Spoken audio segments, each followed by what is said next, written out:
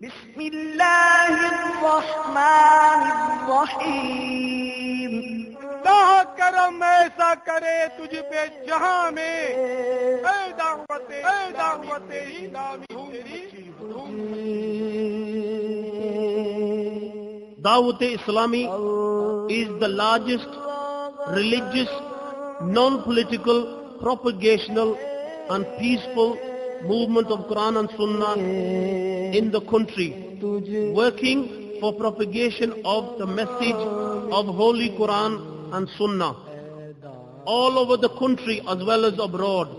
The Jamaat is purely non-political, non-extremist, non-terrorist.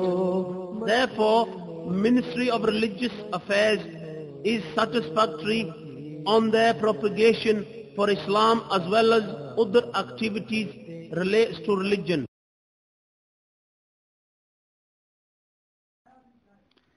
وفاقی وزارت برائے مذہبی امور کی طرف سے جاری کردہ مکتوب کا اردو خلاصہ۔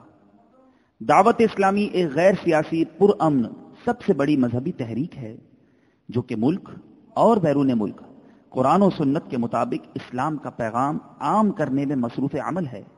یہ تحریک مکمل غیر سیاسی ہونے کے ساتھ ساتھ انتہا پسندی اور دہشت گردی سے پاک ہے۔ وفاقی وزارت مذہبی امور اس تحریک کے نیکی کی دعوت عام کرنے کے انداز اور اس سے متعلق دیگر تمام امور سے مطمئن ہے۔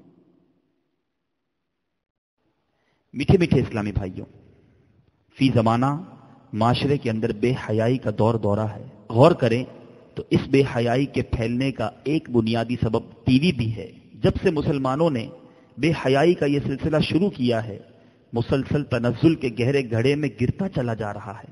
آج کا نادان مسلمان ٹی وی اور وی سی آر اور انٹرنیٹ پر فلمیں ڈرامے چلا کر، بیہودہ فلمی گیت گنگنا کر، شادیوں میں ناچ رنگ کی محفلیں جما کر نہ جانے کس قسم کی ترقی کا متلاشی ہے۔ وہ قوم جو کل تک کھیلتی تھی شمشیروں کے ساتھ، سنیما دیکھتی ہے آج وہ ہمشیروں کے ساتھ۔ آفتاب قادریت، مہتاب رضویت، مصنف فیضان سنت، امیر اہل سنت، بانی دعوت اسلامی حضرت علامہ مولانا محمد الیاس عطار قادری رضوی ضیائی دامت برکاتہم العالیہ، جہاں اپنے مدنی مذاکروں، ملفوظات، بیانات اور وی سی ڈیز کے ذریعے معاشرے کی کئی برائیوں کا مقابلہ کرتے چلے آ رہے ہیں۔ معاشرے کی اس برائی یعنی ٹی وی کے خلاف امیر اہل سنت نے اپنا ایک بیان ٹی وی کی تباہ کاریاں فرمایا۔ یہ بیان پاکستان کے کئی شہروں کے ساتھ ساتھ دنیا کے کئی ممالک میں بھی سنا گیا، جس کی تفصیل یہ ہے۔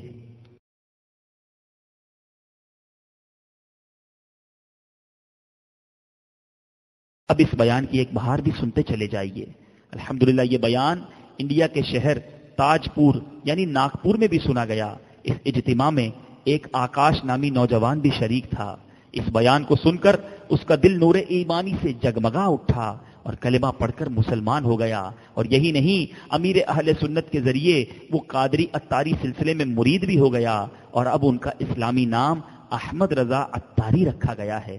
آئیے ہم بھی توجہ کے ساتھ دل کے کانوں سے یہ بیان سنتے ہیں۔ دعوت اسلامی کا اشاعتی ادارہ مکتبۃ المدینہ مختلف مناظر اور آواز کی مکسنگ کے ساتھ یہ وی سی ڈی پیش کرنے کی سعادت حاصل کر رہا ہے۔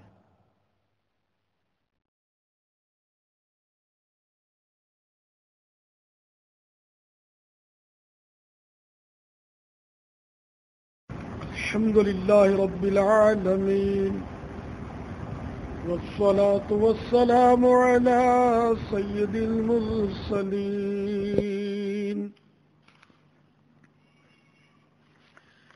أما بعد فأعوذ بالله من الشيطان الرجيم بسم الله الرحمن الرحيم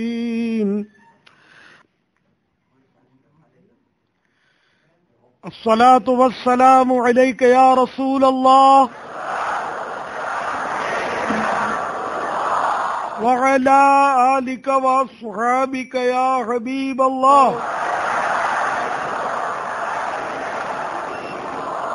الصلاة والسلام عليك يا نبي الله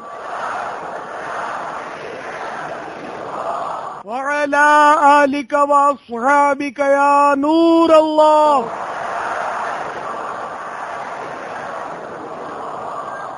صلوا على الحبيب صلی اللہ تعالی علی محمد. میٹھے میٹھے اور پیارے پیارے اسلامی بھائیوں، نگاہیں نیچے کیے، توجہ کے ساتھ بیان سنے جائیے، اچھی اچھی نیتیں بھی کر لیجئے کہ نیکی کی دعوت سن رہا ہوں، اور اپنی اصلاح کی باتیں بھی ذہن میں نوٹ کرتا چلوں گا، ممکن ہوا تو لکھ بھی لوں گا، جو اچھی طرح یاد ہو گئیں وہ دوسروں کو بھی بتاؤں گا.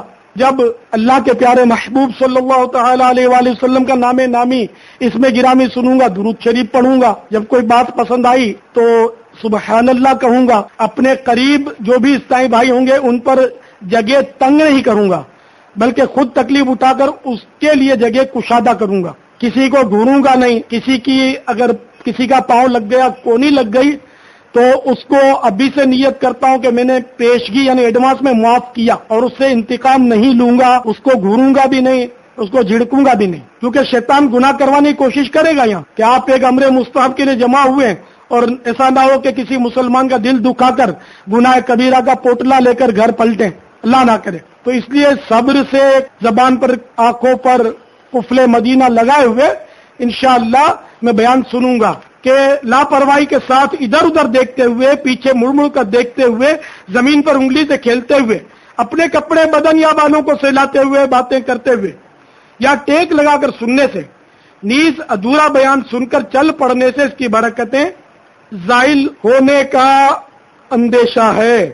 حضرت سیدنا امام محمد بن عبد الرحمن سخاوی رحمت اللہ تعالی علیہ نقل فرماتے ہیں، اللہ عز و جل نے حضرت سیدنا موسیٰ کلیم اللہ علی نبینا وعلیہ الصلوۃ والسلام کی طرف وحی فرمائی کہ میں نے تجھ میں 10,000 کان پیدا فرمائے، یہاں تک کہ تو نے میرا کلام سنا، اور 10,000 زبانیں پیدا فرمائیں جن کے ذریعے تو نے مجھ سے کلام کیا.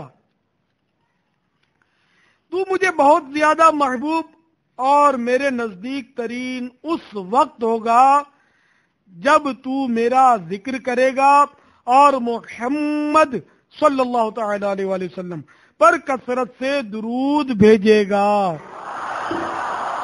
صلو علی الحبیب صلی اللہ تعالی علی محمد.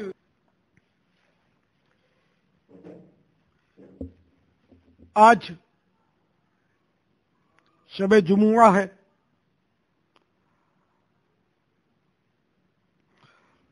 اور ذوالحجۃ الحرام کی